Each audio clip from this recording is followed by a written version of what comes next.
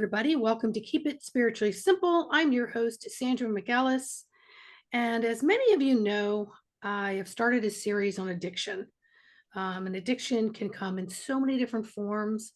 And I've invited guests on that either have, you know, professional or personal experience with addiction or have things to add through whatever modality of practice that they have.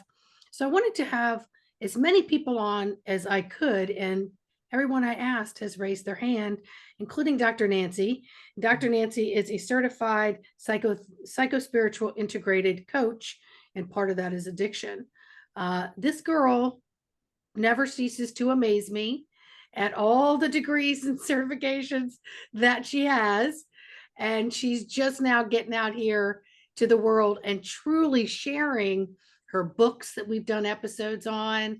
She knows a lot about spirituality as far as, the cosmos and so on. So there isn't a topic that we don't bounce on, but she just blows me away at just how she puts things into words and shares with everybody. So please welcome Dr. Nancy Clark. I always enjoy being on your show, on your podcast, Sandy, with you. I love having you, girlfriend. Well, let's get into it. Addiction. Yeah. It's such a wide topic, and I just want you to put your spin, your perspective, your experience, your understanding, your knowledge, your education, to just sharing some awareness so we can expand on on this topic that I think is underdeveloped, because we've run out of a lot of avenues to really help people, put a cap on it, twist it, release it, cut the cord, so to speak. And more people struggle on a daily basis. And it's not just drugs and alcohol. So let's get into it, shall we, Dr. Nancy? Okay. Well, I have some notes here, so hopefully we'll be able to get through all my notes. Great. But I'm going to read something really quick, just a few sentences, because I know this jumps right into it, because I'm going to take the spiritual aspect of addictions. So I'm going to read the few sentences on my notes here, and then we'll talk about it, and then we can continue on with my next, some more of my notes. At birth, humans become separated from source. We are all aware of our separation, but some of us are more sensitive than others. We sensitive souls feel emptiness, a longing, what many of us refer to as a hole in my soul. We sense that something is missing, but we don't know what it is.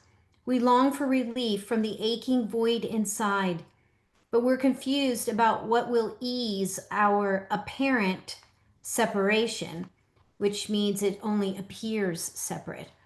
And because I've said many times, it's like a mantra for me, you can't be separate from that which you are made of. So it's this apparent separation, only appearing that we're separated while we're in physical form. And addictions are a coping mechanism, and recovery consists of establishing or reestablishing our connection with source. So I wanted to start there because that just seems like that's really the heart of it. Great. Let's go. You didn't want to have anything? Was there anything you wanted to add or No, Okay. I just want you to roll with it. Okay. I'm all ears to listen into your insights. Okay. So that's, I think, the beginning of the process is people have this feeling like there's a difference between being alone and loneliness. And I always like to say that loneliness is really homesickness because we've longed to be back from our dimension of origin.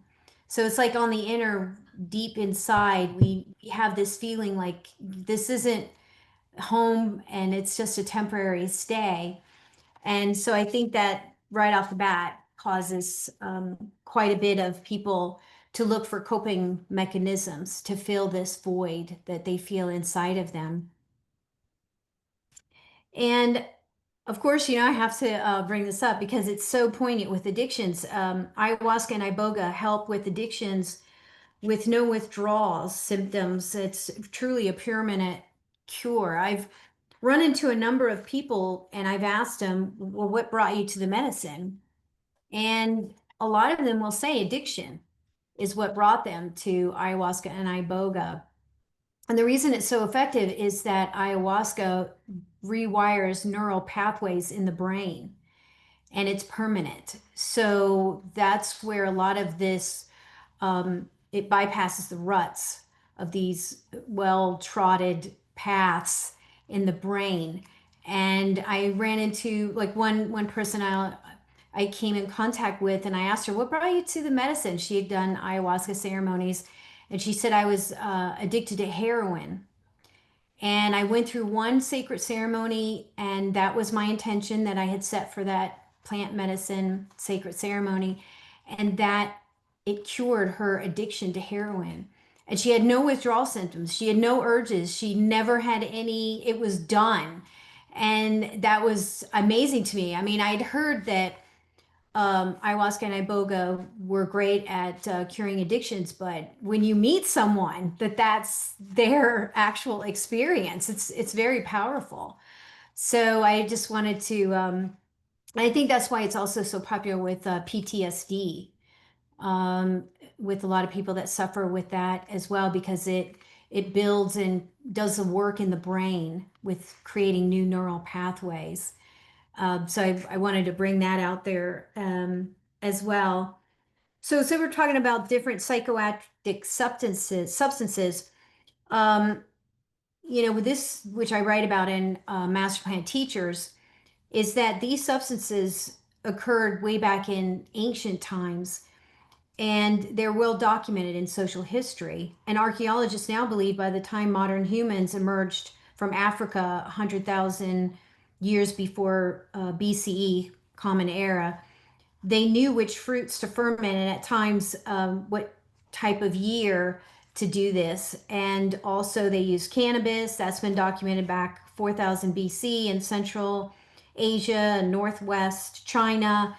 Then we talk about India and Soma, and in the Middle East and Southeast Asia, and back in when we get into the 1900s, it was had moved into the Americas and the rest of the world. So these psychoactive substances are as old as religions, and they're what I thought was interesting is the connection between religions and addiction, because for many people, they will use religion in a sense as a way to help them comfort that hole in their soul, as the expression goes. And so there is this connection with spirituality and the healing that goes on within, because really what souls are trying to do is reconnect with source. That's that missing part that they're feeling. And so it's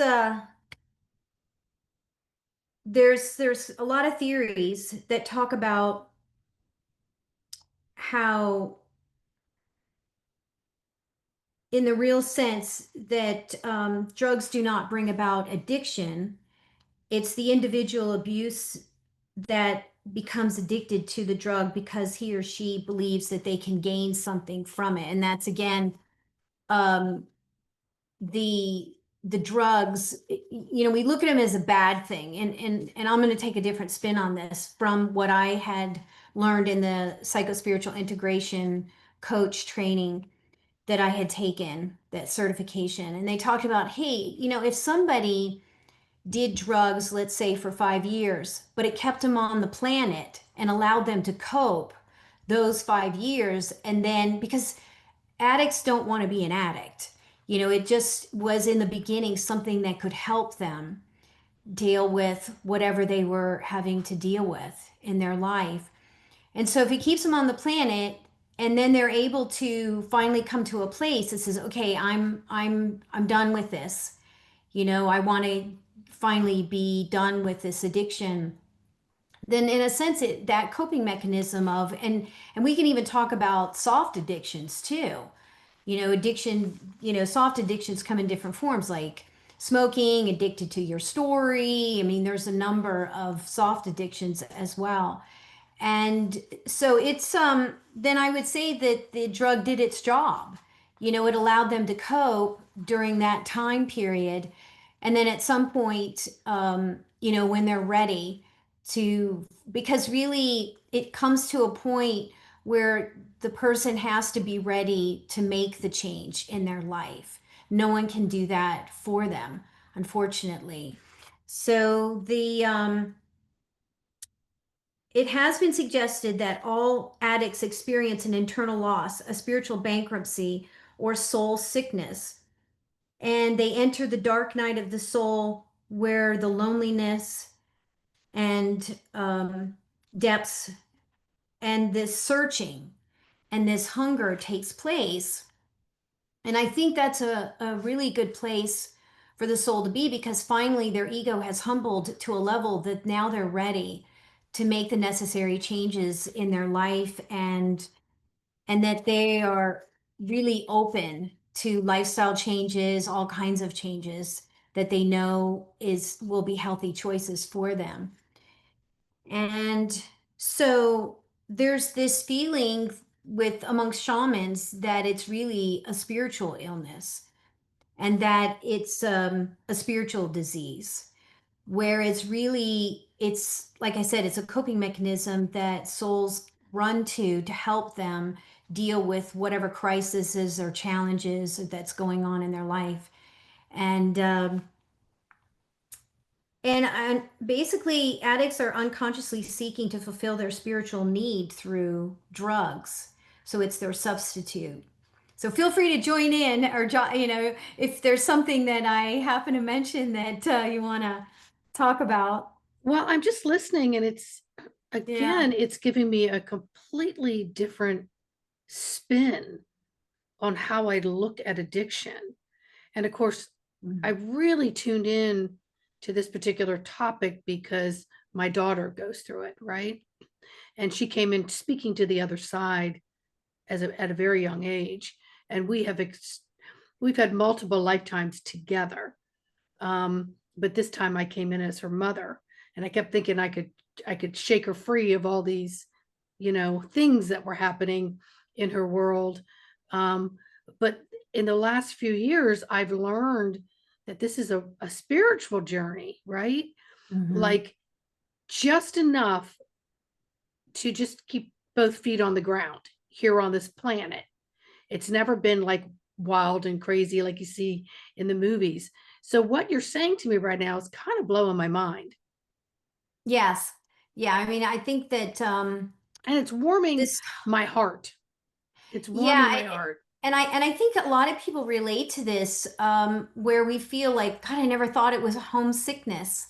I never realized the connection, that loneliness. I mean, that deep gut wrenching, where your heart aches. It hurts so bad. And it's that separation, that feeling that we have, the soul feels separate down here in physical form, having this human experience we call life. And for many souls, it's really hard. But I mean, the Earth School is the acid test. I mean, we said we wanted to be tested, and whether that came in the form of just going through our life lessons, or was it to show not only can we handle all the challenges, but if you're handed an assignment, how are you going to manage, and how are you going to show your mettle, what your strength is. And so there's a proving ground, there's a testing ground here on the Earth School, and it's not easy. And for many souls, it said it's become a nightmare, because for many it is a nightmare, and they seek a way out of their pain. This pain that is so deep in our heart, we try to fill it with everything, and it nothing's, and therefore when it finally comes to a point, well, they're trying to figure out, well, nothing is working, nothing has been able to fill this hole in my heart, then they start to realize this actually may be a spiritual journey. This may be a spiritual connection that has been lost, that needs to be reestablished or established. And it really then becomes, that's where a lot of people start the quest, the beginning of the mystical journey. And um, and so, and I wanted to point this out because I don't know if this has been mentioned before, but the addictions are in the mind, not in the soul. So we want to clarify that. right away. The soul is pure. It's the made of 100% of pure source energy. And so where do the addictions lie? That is actually in the mind. And so that's why they're calling it a spiritual illness, because the ego is trying to cope and deal with all the challenges and situations it is handed in this lifetime on a day-to-day basis. And the ego and the mind get tired and stressed out and unhappy. And that's an entity that we've also talked about on the show as well. That's it's an appendage to the soul, but it is definitely an entity. It is here to help us, but even that gets depressed and unhappy. And so there are things that we can do, which we've talked about, getting out in nature, listening to relaxing music, exercise, picking up a spiritual practice, whether it's just sitting at a beach and um, just whatever works for whatever, each soul, they have their own way of connecting to source and feeling that inner peace and that connectedness. And so those are some of the things too that people can try. But yeah, this is really a spiritual uh it's really a spiritual illness, and it's about reconnecting. And so a lot of times this ended up being uh the process of what got the soul's attention to be able to come into a spiritual practice or reconnecting with source and understanding, why are you here? Why the Earth School? What are your lessons? What are your tests? What are your goals? Nobody comes to the Earth School with no goals. We all have goals. And then some come in and realize, oh, I was actually here for more than just lessons, but for a purpose and for maybe a mission or an assignment. And so a lot of times it's reconnecting with the reason of who we are, learning our true identity, why we came here, why here, why now, where do we go when we cross back over the veil, remembering what we knew prior to crossing over the veil. And so there's a lot of this inner inner awareness, and and that's why I think it's really important that when someone is going through this process of trying to get through recovery, that they find a spiritual community that they really connect with, that they have that emotional support network and community for them. And as they move through their spiritual journey, then they will find that it starts filling that that emptiness inside, and therefore they are connecting at a higher level, not just on a physical level, but more on the spiritual level. I mean, I can't tell you how many people I've run into that used to be, they're in sobriety and they're alcoholics. And I had somebody I knew, he was a pastor of a Unity church, and I always said that he was a modern day Saint Francis of Assisi. I'm not joking. His vibrational frequency was that powerful. He could look at you and you could start crying because you could feel the love radiating from him to you. And when he would look through into your eyes or smile at you, and he just had this frequency. And his story was, he was an alcoholic and he lost everything. I mean, he lost his marriage, he lost his job, he lost his home, he hit rock bottom. And then he finally came to this space where he did his inner, um, I guess, inner healing, taking a look at his life. And he ended up going to Unity Seminary and became a pastor, and ended up becoming a pastor of a church. And now he's retired. But I use that example because a lot of times, and even then, when he was a pastor of a Unity church, he always had AA meetings that would be able to use one of the classrooms, and he never, would charge the AA because he knew how much it really helped people to connect with a higher power. And so, because that's really where the healing takes place. It's not just the absence of the drugs, it's what is the drugs replacing. So if we can replace those drugs, or the drug of choice or whatever the habit is that's causing this addiction. It could be addiction to, I don't know, shopping or whatever. I mean, it's, there's so many different types. It doesn't have to always be drug related. And that's really where people get a sense of purpose of, wow, now I know why I'm here. Now I'm starting to realize and ask the bigger questions and have a deeper understanding of my life here and taking stock of that and how valuable that is and make the most of this opportunity while I'm here in physical form. And so a lot of times what can people can turn their lives around and actually use what they've experienced to help other souls or that be a part of their mission. And in the process, they are an inspiration and they're the teacher for other souls that because they can relate to them. They've been there, they've walked that path, that journey. And it's interesting. When we talk about a mystical journey or a spiritual journey or a spiritual path, I actually wrote down in 4 stages to this mystical journey. And I have them in the back of 3 of my 4 books, and it's towards the back, and it's called A Mystical Journey, and I break it down into 4 stages. So for anybody who's interested in that, they can, purchase my books. Like we talked about, they're on Amazon and Barnes and Noble online and Walmart online and Apple Books and Audible and all that stuff. So people have access to it. But for those that are looking to go deeper, that may be something of interest. So I just throw that out for people to know that that's a resource they can turn to as well. So we've talked about how the addiction creates not just a hunger for the substance.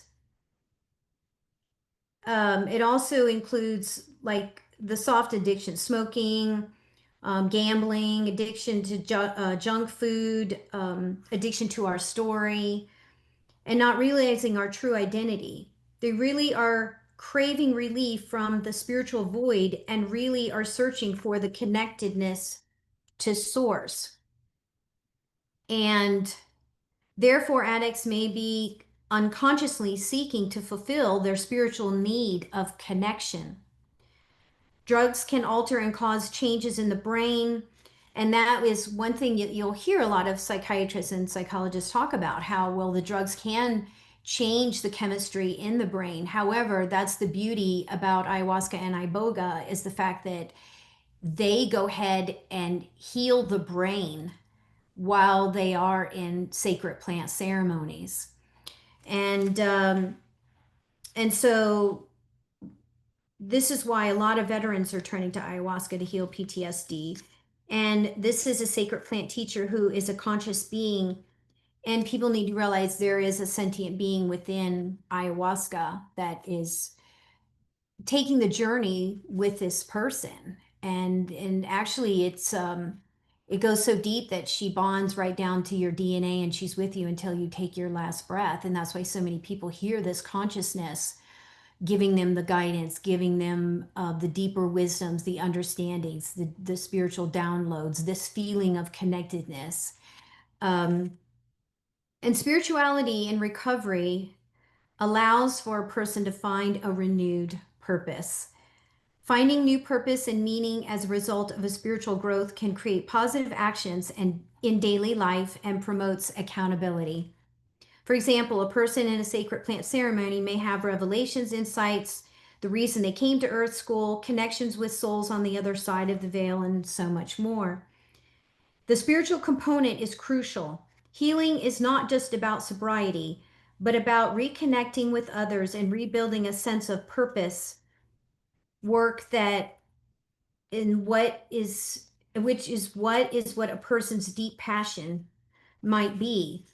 Many people will say what caused their addiction was the deep sense of disconnection from others, oneself, a higher purpose, and a higher power, which I like to call source.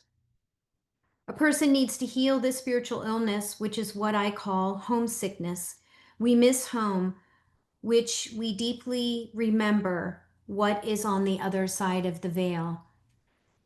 There is a difference, like I said, from between being alone and lonely. And what restores this connection is through self-awareness, knowing our true identity as a divine being in physical form. And that's, I actually wrote a whole book about it, Our Divinity Revealed. So for those that want to know more on that topic, feel free to get that one as well. But and that's why I think that one is such a important book, because they have a deeper understanding of who they are, why they came to the Earth School, the nature of Source. And then I recommend, also reading the poetry in the back of the book, because then it's experiential. So now you're feeling the truths. And I answer a lot of questions for a lot of people in that book too. It's really it's I've had so many people say, I didn't even know you could put all that into words. It was so it's such a heavily, deep book. Um, but yet it's practical because I broke it down to make it. I always say, well, what good is spirituality if you can't bring it into your everyday life? So for many souls, they like the fact that also it was very practical. You could take deep concepts and break them down to make them very simple and understanding. So there's something else I wanted to touch on here, and it was courage, compassion, and confidence. And and I would say confidence comes from conviction. And this provides spiritual growth and a spiritual promotion, which connects spirituality to our thought, words, and deeds. And that's where we come into the accountability. So that's where, as a person changes on the inner, things change on the outer. So for many spiritual teachers, they'll say, if you keep focusing on your spiritual journey, you'll keep raising your frequency to such a high level, all this other stuff will drop away. You don't need to just, oh my gosh, I got to quit smoking. Oh my gosh, I'm a spiritual person. I have to quit smoking. It's like, just leave it alone, because you just make it worse. A lot of times, just focus on the spiritual journey, focus on the stuff that you need to do for your spiritual path, and keep raising your frequency and raising your frequency, and all this other stuff just does it drops away because it loses its appeal, because you've risen beyond that frequency of smoking. And that's not to say that, keep buying cigarettes if you're trying to quit smoking, but I'm just saying that many spiritual teachers say, fine, there's nothing wrong with smoking, fine, smoke, but keep on your spiritual path and keep on your spiritual journey, because eventually at some point that'll work itself out. You'll lose interest in it, and because your frequency has gotten so high that it just drops off. A lot of this stuff drops off on its own. And so yeah, I wanted to also share that as well. So you don't think like a lot, I feel like a lot of the chemicals and the repetitive habit of drug use or alcohol use or sugar use, or whether it's shopping, whatever it may be, um, changes the chemistry of the brain. And so how I'm understanding it through substance abuse is that the cravings grow larger, and then the portion of the brain where there's will and choice kind of goes dormant. Like the dimmer light goes down on one Mhm. and it brightens on the other. So in my logical mind, I think, okay, well, why can't we flip the switch? Why can't we? Well, when the craving is so loud, it's really hard to hear the choice and the will, you Mhm. know? And then I think we toxify the body sometimes so badly that people don't feel like they can get out of that habitual cycle of whatever that is, right?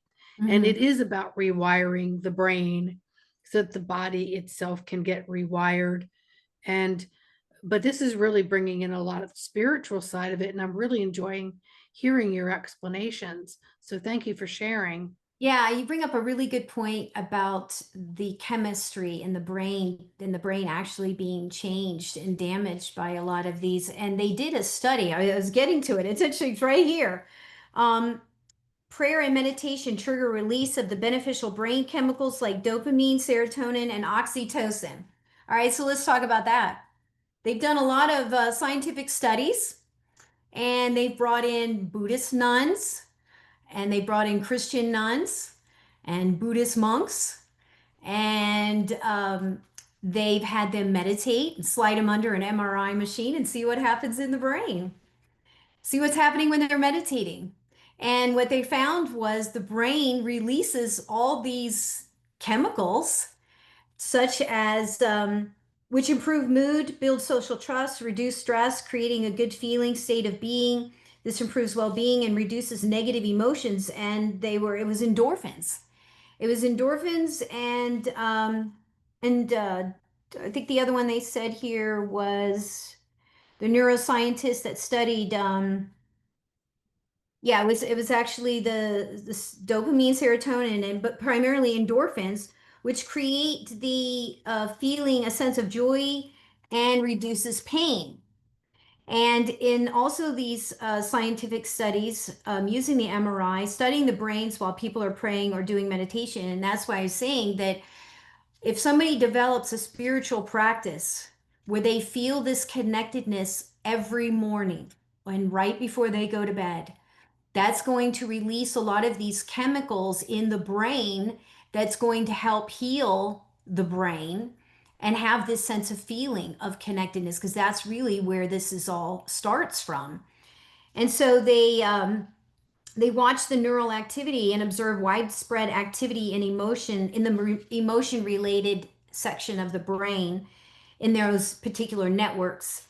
And the neuropsychologists primarily studied cloistered Western nuns, but they also studied, because also Buddhist nuns and monks live a cloistered life, many of them as well.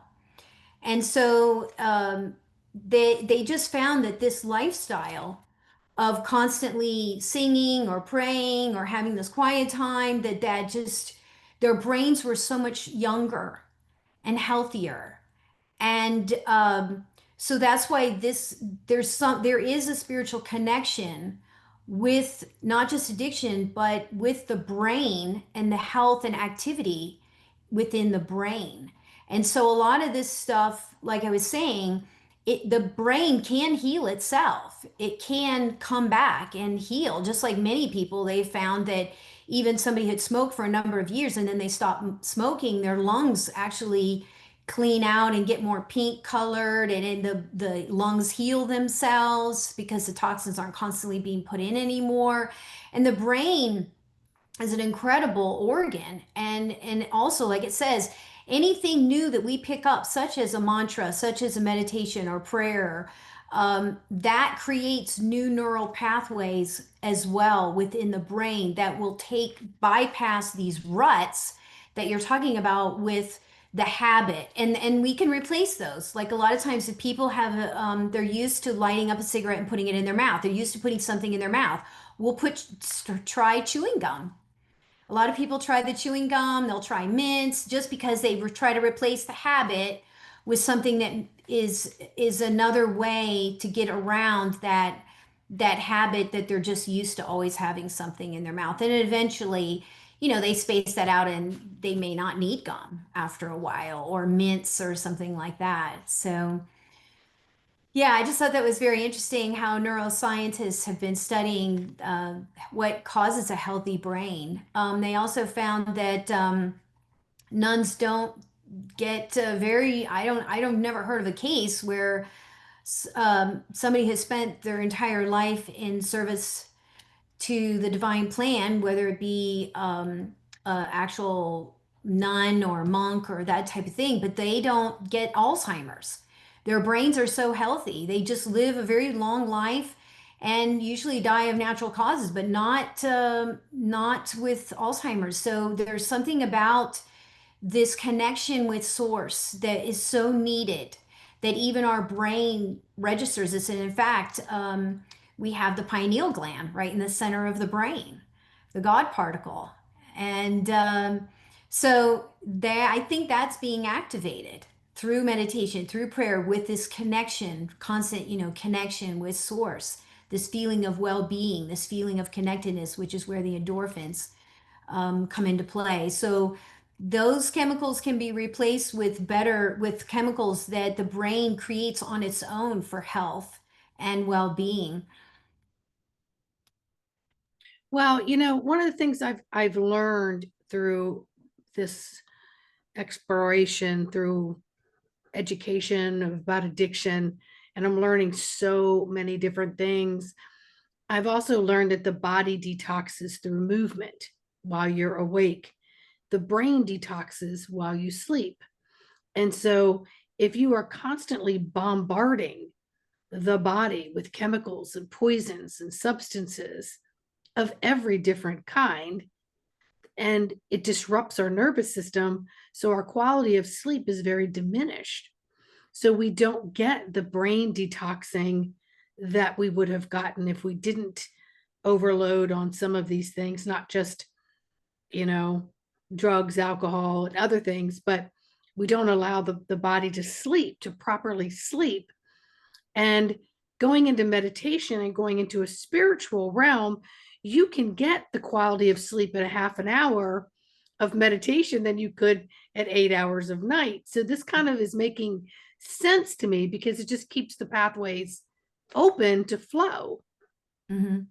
Yes. Because if anyone who does meditation or walk in nature or intentionally sits by the ocean and puts everything down and just focuses on the sky and the ocean and the birds, you feel so relaxed and rejuvenated. And whether it was intentional or unintentional, now the body is doing all the things that it can do on a higher level. Hmm. Yeah, you touched upon something that I wanted to bring up, and it's about your cells are listening. That's a good one. They hear what you're saying. They hear what they feel what you're feeling. They know what you're thinking. Your cells and right down to the atoms have an intelligence to them. That's why our body's able to heal itself is these cells, and right down to the, like I said, the atom. It is sentient. They know and feel what we're going through, and that, so if we have negative self-talk, if we have negative thought loops, this is going to affect our health, and it's going to affect our brain. And that's, part of it is, people get depressed and then they want something out of their depression, and then they'll take this, that, or fill it with whatever. But really, that's, they're just going down a road that is just a wheel that just goes around and around, and it doesn't really get you where you want to go. And so really, that's why shamans from around the world say that addiction is really a spiritual illness. It's a sense of feeling a disconnection from source, disconnection from others, even in the same room with people. And I think the hardest part is when people have this feeling, they don't understand why they're feeling this. They just know they need to fill it with something. And really, what it is this disconnection. And so, therefore, once someone realizes that we are meant as divine beings in physical form to continue this connection with source. And again, it's not like source is separate from us. Source is within us. Source is within all and is all.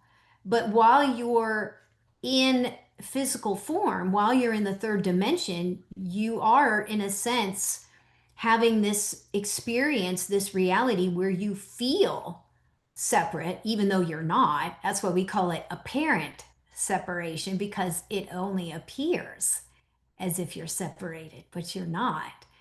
But therefore, I think it's so important when people realize that this is actually something that is a spiritual situation that needs to be really taken a really I think when people have a deeper understanding of why, what's the root of this problem. And part of being on this planet is making peace with your life, your journey here, your what you signed yourself up for, which was, we talked about this on a prior episode. Nobody is hurled to earth and say, well, good luck to you. You know, there's definitely, you sat down with your guide, your spirit guide, you have an angelic guide, and which some people call a guardian angel, and you plan out your life. And a lot of times your spirit guides say, no, no, no, we don't want you to take on too much where you don't finish your life, you commit suicide. We want you to be able to stay and get a lot of these accomplished. And of course we want to pile everything on. No, I think I know I can handle it, you know. And then we get down here and go, oh my gosh, this is harder than we expected. And so a lot of these challenges is to sharpen the blade. You know, just we should really go back and look through our life and go, wow, I'm actually a hero or a heroine, because we ended up realizing I got through this challenge, I got through all the challenges in my teens, I got through all the challenges in my 20s and my 30s and my 40s. You know, I've been through, and I'm still here. And I think there's a lot to be said for that, that we really are, it's the hero's journey. And like any story, it's like, you know, it starts out the story with this, the main character of the story, and all the challenges they go through and everything, and you think, oh my gosh, and we're rooting for the person. And then at the end they realize, gosh, I'm so much stronger, and I was able to prove myself through all of these challenges, and I was able to show that I could get through all of these challenges. And so I think a lot of times just looking back on our life is maybe it was sharpening our sword, you know, sharpening our skills, showing what we're really made of in the Earth School. And so I think a lot of times too, it needs to be a brighter, a broader perspective from a higher viewpoint as to why are they here in the Earth School and what's expected of them and that type of thing. And so, but I think we always have to really make peace with the fact that, okay, I'm here in physical form. I know I have this feeling of disconnection, but I know that's not true. And so we can do things to help us ease this feeling of separation, whether it go to the gym, develop healthy, you know, lifestyle, pick up a spiritual practice, whatever that may be. Could be start off with guided meditations, move into maybe just sitting quietly for 15 minutes, and you don't have to be in a full lotus.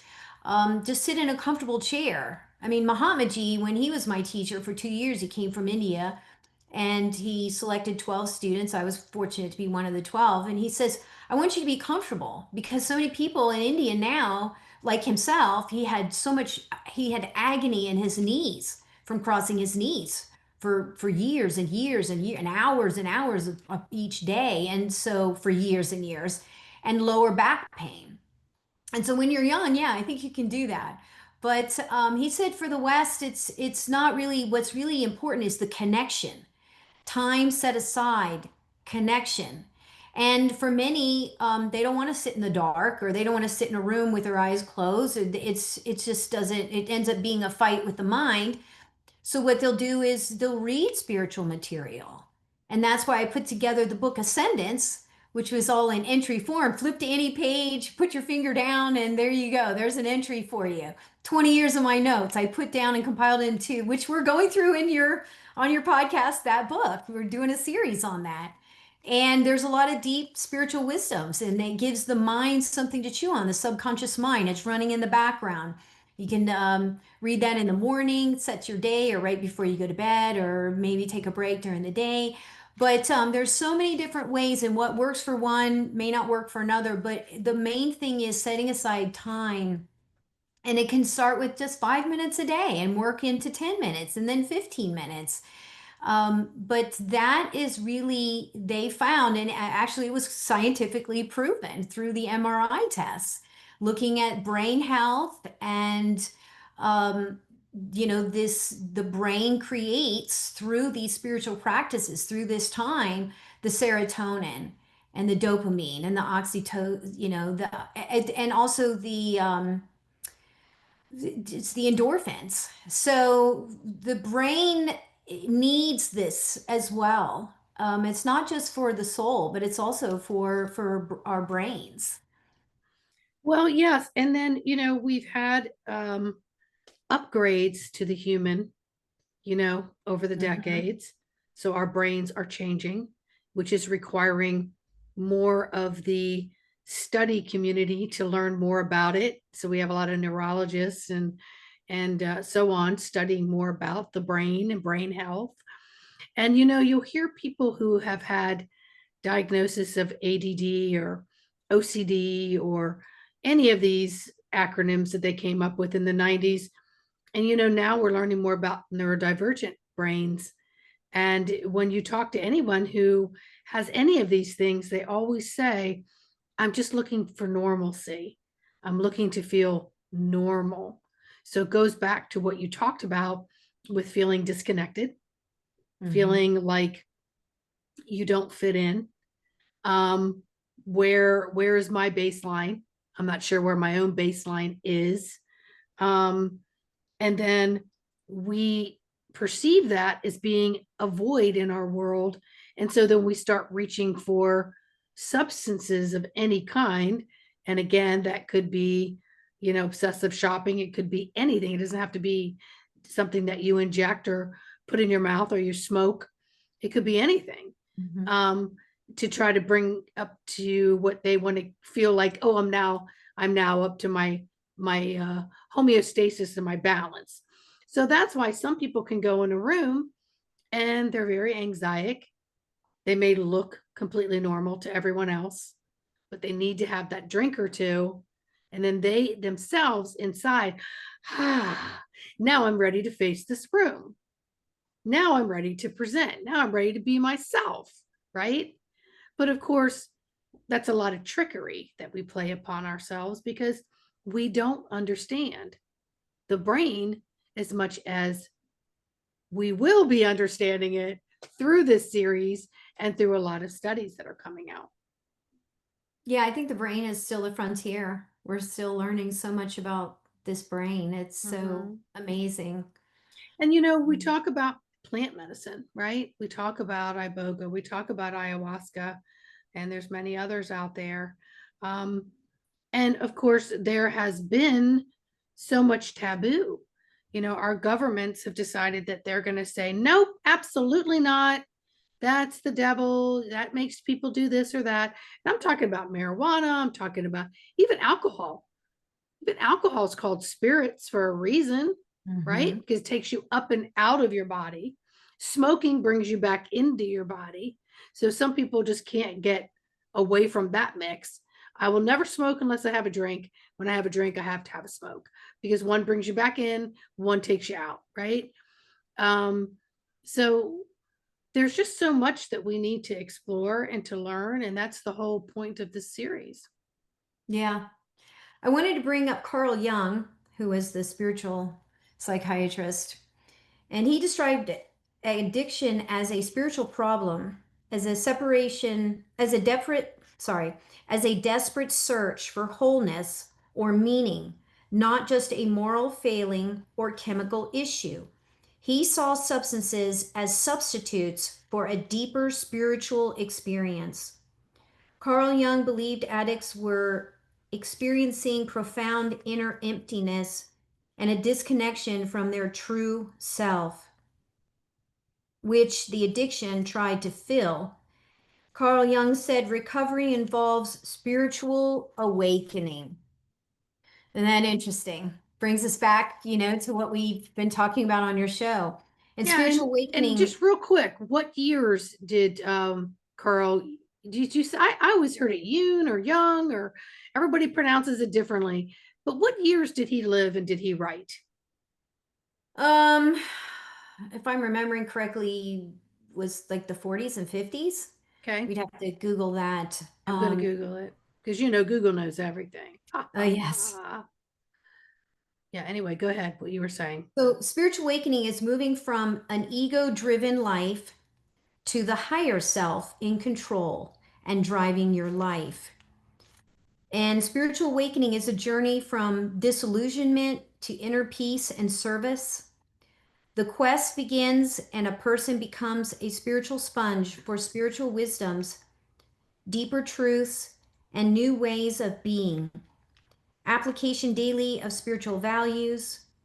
One eventually experiences a profound sense of peace and connection with the universe. A person lives with a sense of purpose and mission. And for those that want to go deeper into that, again, I share the 4 stages of the sacred journey, and it's listed in the back of Master Plan Teachers, Ascendance Book, and Divine Essence of Love. So what were you able to find out about Carl Jung? So he was born in 1875 and died in 1961. So his first book came out between, I think it was, he started his prolific creative period occurred 1912 to 1930 when he produced the Red Book. But in the 1920s and 1940s is when he conducted extensive seminars and public lectures. Yeah, that's probably why I think of him in the Yeah. 40s and Yeah. 50s. That's when he really came out with a lot of his findings and studies and his books and stuff. And of Yeah. course, we know what the government's tried to do with that. He was insane. We don't follow his teachings, la, la, la, la, la. Okay. Yeah. But it's very interesting. And here he was a medical doctor, psychiatrist, and well respected. Mhm. And he said that it was addiction is a spiritual problem. Isn't that very interesting? It came It back is. to, yeah, It that's the root of also, it. yes, and it also came in that period where the medical field started changing because of those behind the curtain, right? And they were taking away from naturopaths, homeopathic remedies, what do you call them, midwives who really ran everything. And then they started calling psychiatrists whacks, quacks, right? Yeah. And so there was a reason for all of these things. And then now more and more of his information is coming out. More and more people are following his teachings. Yes.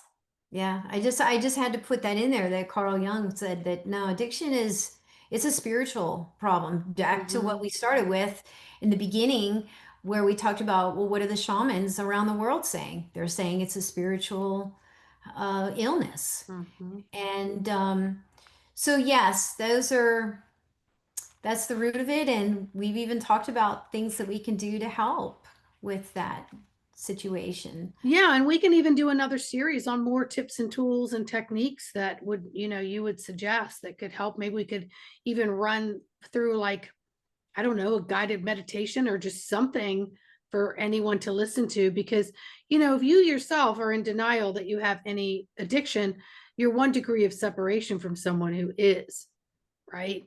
And if you Yeah. really step back and look, you'll realize that you do have some addictive tendencies.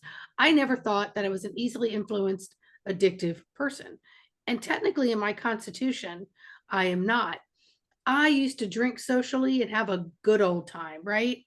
Nothing owned me. Even if I had a cigarette while I drank, I didn't need it the next day, right? But when I gave up alcohol in 2017, that's when the sugar demons raised their head.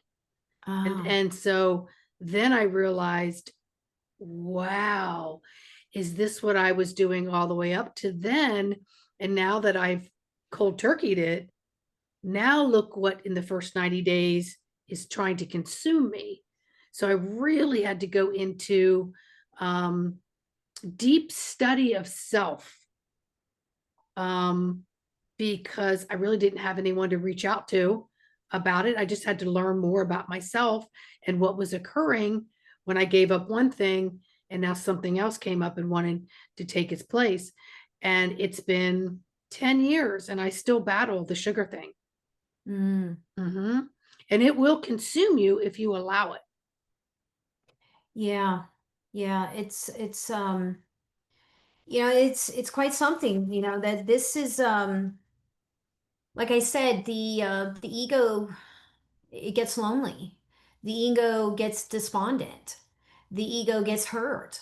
The ego is it's brutal down here on the ego down here. It's just it feels horrible when it's judged. It feels all these things, and it feels very lonely down here too because our ego is there's actually a teaching, and it's within, I'd say, Sant teachings where they talk about, which is Eastern based, um, where there's this universal mind power, which is an aspect of source, but the mind comes from the mental plane, which is the universal mind power. And so when the ego is assigned to this particular soul in this particular incarnation, when it also feels this separation, it knows that it's not from this plane of existence, it's from the mental plane, and it's assigned to do a job as well to help the soul navigate the physical plane, because the soul is not doing the, when you're balancing the checkbook, you're using your mind. The ego is an aspect of your mind. And So it's, we work our minds hard here, whether we're constantly thinking, whether it be technology or what have you. But even watching TV, our mind has to process what words are being said, what's the innuendos between the characters, what's um, so this downtime also rests the brain, and it helps for that reconnection. But I want to tap on one thing while you had mentioned about guided meditation. And on my website, I have free guided meditations for those who'd like to go to my website, nancyclarkphd.com. And also they can listen to the guided meditations. They're free. And I also have a section called Mystics and Ancient Wisdoms, and that's free also. Everything is MP3 downloadable. It's free. I give that to just, it's my giving back, my gift to humanity. And so they can also listen to these, it's only like 10 or 12 minutes. And each, there's a list of all these Eastern mystics. And then there's another section below that's like first Eastern, you scroll down, it's Christian mystics. Now, these are people you get to hear about their life, their challenges, what they went through, what inspired them, what their purpose work was, their mission. And there's a lot of them we well know a lot of, like John of the Cross, St. Francis, Teresa of Avalon. There's a number of those, Rumi and Tulsi Sahib on the East. There's a number of them, and some we haven't heard of. And everyone who listens to it is like, oh my gosh, they're so inspirational. What they got to know a little bit better of who Saint Clare was, which was the one that actually she begged Saint Francis of Assisi to open it up for women to be a part of the Franciscan order. And for years, he's like, no, I'm not going to deal with women. And she came from a very wealthy family, and she was responsible for the start of the Franciscan sisters. So, I mean, there's just so much inspiration here as to, and different ways that we can comfort ourselves with through meditation, whether it's guided meditation, hearing inspirational stories of other people's lives, coming into community, into a spiritual community, feeling that connection. Um, and so, yes, and I think if people go also online and just type in YouTube, there's a number of guided meditations. It's just free on YouTube as well. So there's all these resources, books. I mean, that's one of the reason um, I was asked to write the books, was because there's so much information out there that people really can help them in their journey here in the Earth School. It's not easy. This is like I said, this is Green Beret training for a lot of us souls, and most of us souls. And but when you get done with your life and you look back, you go, wow, I accomplished so much. I got through all these challenges, and it really sharpens us. It really does. And so I think also our perspective of the Earth School and our life, our journey here. Where is this taking me? And also having this connection allows us the safety feel, the comfort, not just the joy, but the comfort that it's service to the divine plan. Ultimately, it's growing up in growing up in the maturity of our spirituality, raising our frequency, and then being in service to the divine plan, which is service to source instead of service to self. So I think this is part of the journey. I think some souls take a path of addiction to find out their true identity and why they're here and who they are.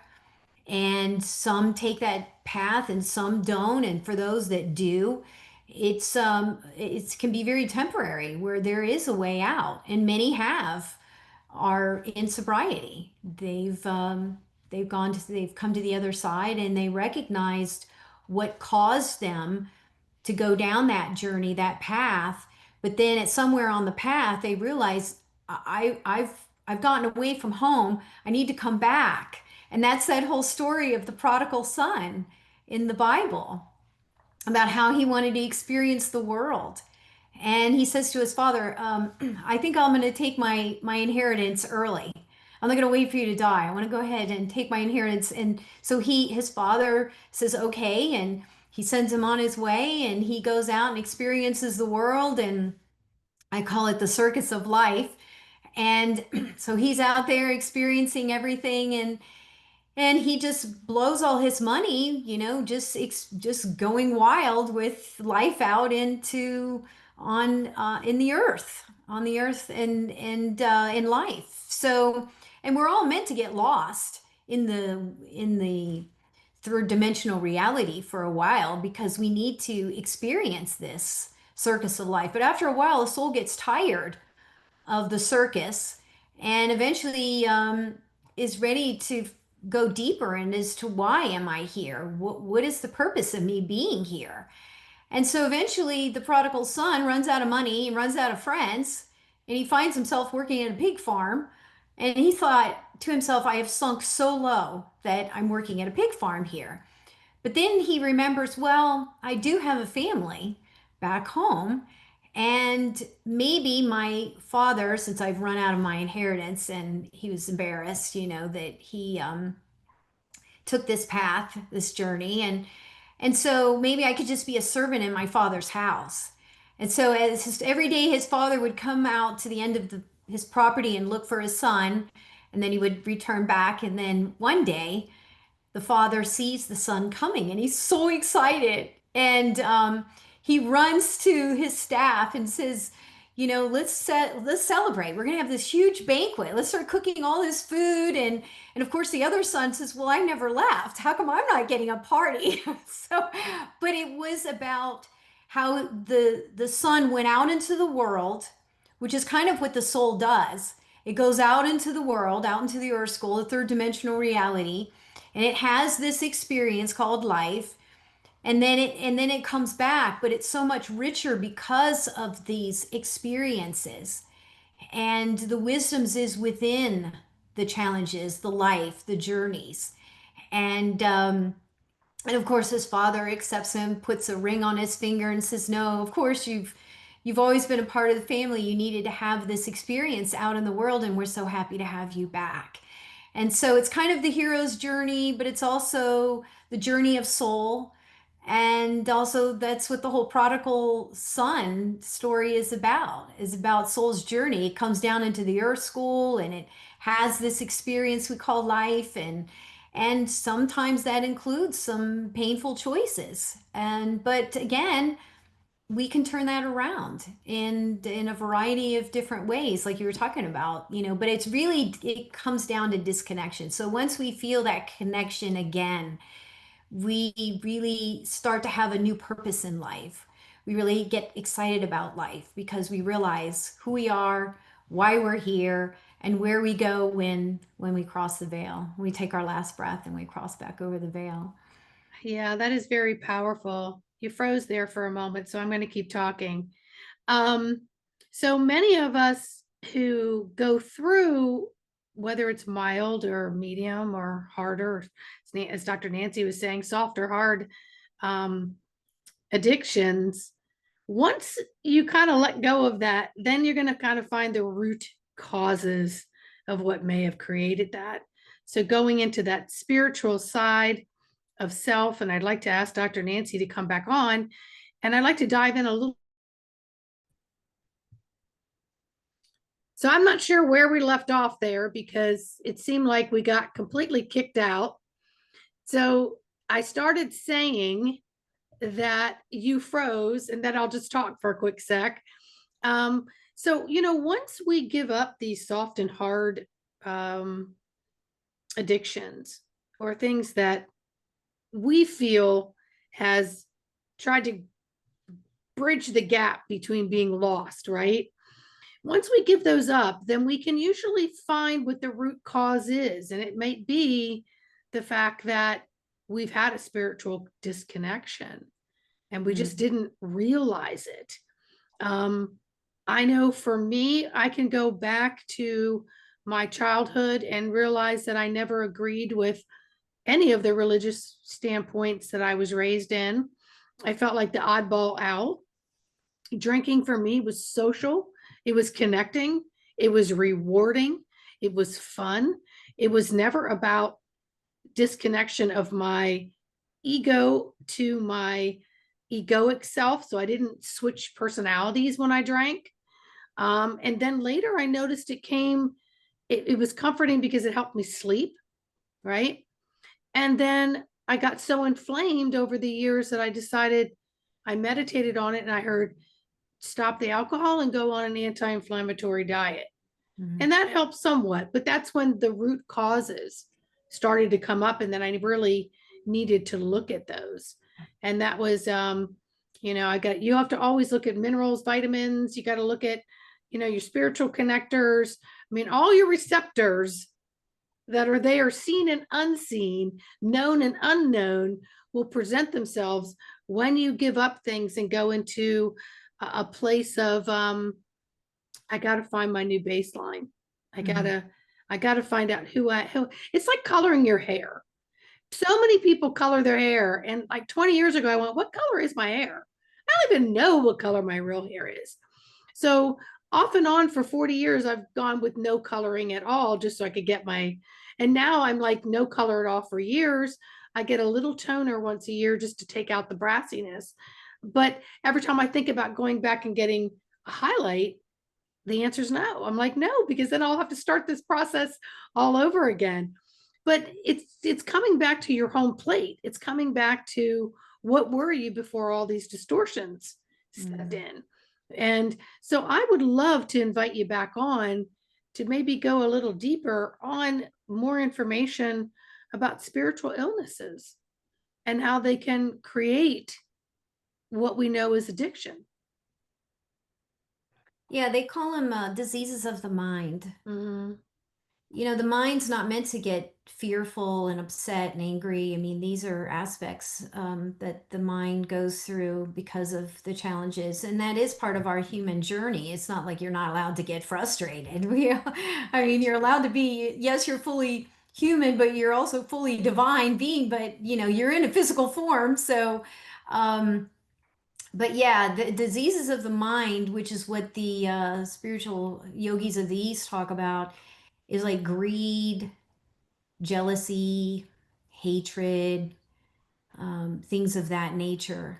Um, and those are really something that we were never really meant to experience. I think it's just when you're in a toxic environment, because we're in a system where we've been lied to, the corruption at all levels, and people get depressed and unhappy, and because they don't feel they either have a purpose or an out or that type of thing. But I think part of it is knowing your true identity is huge. Many of us think that they are this physical form. They are their personality, their mind, their ego. They don't realize, yes, they've been told they're a soul, but that's just a theory. And so as you get further along in the journey, you really start to get to know you as a divine being and your divine nature and why you came here and why it's so important. And so we've had many cultures. I'll bring up Egypt, and for years the people thought that the Egyptians were fascinated with death, but really it ended up coming to find out differently when they broke the code of the hieroglyphics, that the reason they talked about so much about death is because really it was a language of life. It was a culture of life, because how you lived your life here dictated your afterlife, where what the dimensional plane you are going to reside on once you've crossed the veil. And so that's why it's so important, the choices we make. And I think as somebody becomes spiritually awakened, they really start going, oh my gosh, I can't believe I did that way back. I would never do that now. But then you can see other people going through it and you go, well, I've been there. Who am I to judge, that type of thing. And so we've all been there. But I think that's what gives us a compassion for those who are new on the path or just starting the path or starting to really want to know more about what is this thing called journey of soul. But yes. So, yes, if you'd like me to come back, I'd be happy to. Well, of course, we always love having you on. And we have to break the definition of insanity is doing the same thing over and over again and expecting different results. And that's what we're doing in our daily life. When things aren't working for us, are we willing to stop? Anything, no matter what that is, are we willing to revamp? Do we have the courage to step into or onto a new path and create new neural pathways that may seem odd to others, right?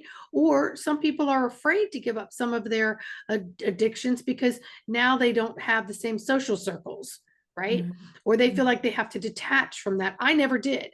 I went straight out with everybody, and at first, I would get a seltzer water with lime in a martini glass. And then I realized they were charging me like $20 for it here in DC. Then I was like, well, that's stupid. I really just want water. And so I had no problem going out and saying, I just want water. But it really brought me back to the pathways of who am I? What Mm. is making me tick? What is going on with me? And then of course I knew it on a deeper spiritual level is what addictions I break or patterns I break within myself, I break within my linear DNA. And so that was even a bigger driving force for me. So, yes, I would like to dive into it a little bit more. We've gone on really super long today. Hopefully, all the listeners, pause it if you need to, come back and listen to it if you need to. We'll try not to make the other one too long, but with Dr. Nancy, we just get to chit chatting and it just happens. And then, of course, please forgive the Wi-Fi interruption. So we may have a little overlapping there. It is what it is, but make sure you hit subscribe, like, and share. So, Dr. Nancy, say goodbye to everybody. Goodbye, everyone. All right. See you guys.